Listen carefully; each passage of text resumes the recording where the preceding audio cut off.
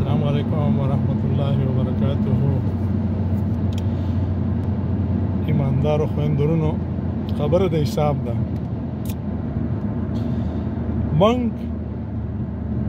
منځونه په حساب دي. پنځه منځونه کوو، سنت دي، واجب دي. بیا سبی چاشت اشراق منځ دی، چاش کوو. ماښام اوابین دي، شپې تهجد دي، دا هم کوو، خو حساب یې نیسو. ذکر تسبیح په لاس کې نیولي، په حساب یې کوو.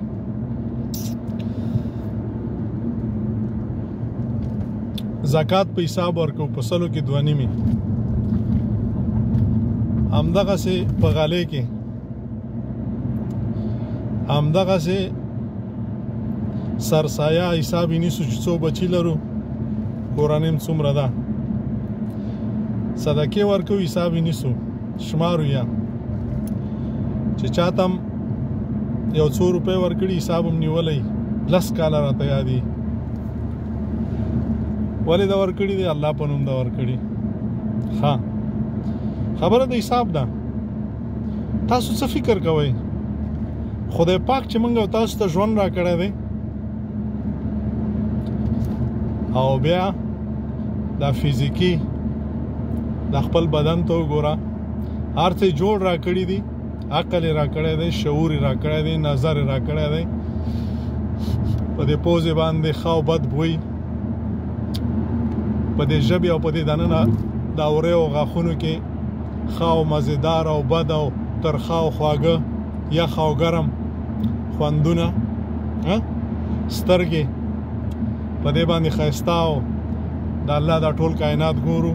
د مور او پلار دیدن کوو، د خپلو بچو دیدن کوو، د خویندرونو، د ملګرو، د دوستانو، د وطنوالو، د قام، د ملت دیدن کوو، قرآن تلاوت ور باندې کوو، او داسې نور.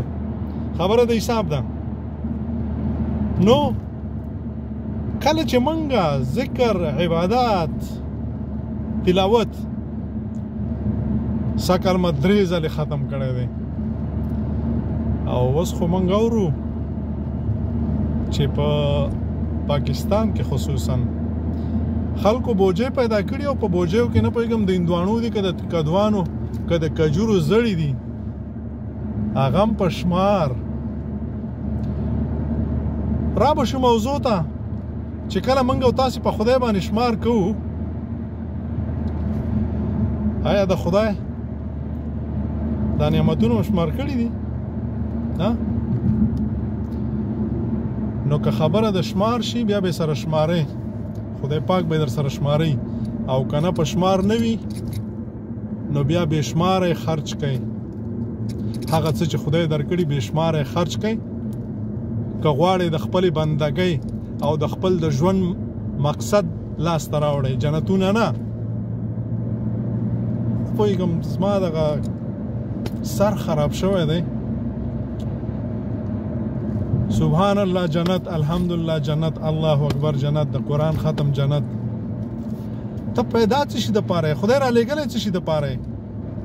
دې دپاره چې ما زه جنت هم جنت جنت جنت جنت د خدای سره دوستي په دې کوم.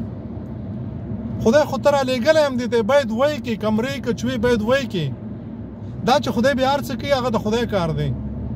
تا که خپله دنده سر ته سمه ورسوله، بیا جنتونه دي ستا دپاره. او که ته د مطلب دوستی کوې د خدای سره، په سبحان الله جنت، په الحمدلله جنت، په دې باندې حورې، په دې باندې علمان، په دې باندې ګبینه، په دې باندې شودې، په دې باندې غوزان، په دې باندې چرګې، په دې باندې مړزان، په دې باندې اسونه، په دې باندې غواګانې، په دې باندې منډې، په دې باندې. نو دا خو د مطلب دوستی شوه. مونږ خو خدای را لېږلو، دنده را کړې، دا دنده به پوره کوو. چې پوره مو نه کړه، بیا به نو حساب ورکوئ. الله مو ښاد و آباد لره. هیله مند یم چې د ما نه خفه نه شئ. زه سپینې سپینې وایم، دا ځکه چې تاسو راته خپل ښکاري. دا ټول زما چې په خبرو پوهېږئ، دا راته خپل ښکاري. ځکه ورته زه دا خبرې کوم. که نه لیوانه یم، نه بادساره یم، نه د تاسو نه څه تمه لرم.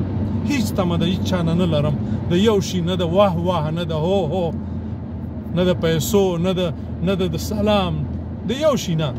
که څوک ما قدر کوي، لاس چند زیات کوم. که څوک ما نه پیژني، نه پیژنم. حق د ټولو منم. الله مو ښاد و آباد لره. السلام علیکم ورحمت الله وبرکاتو. خپل رب باندې چې خرج کوي مې حسابوه. ژوندي اوسئ.